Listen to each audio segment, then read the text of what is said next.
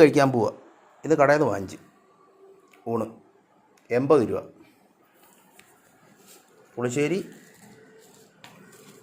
മീൻചാറ്, മത്തിയുടെ ചാറ, പിന്നെ സാമ്പാർ,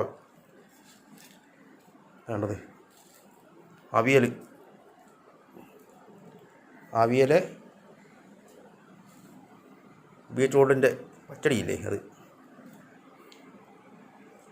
പയറ് മെഴുക്കുവരട്ടി, അയില വറുത്തതും അതിന് സബോളയും കൂടെ, പപ്പടം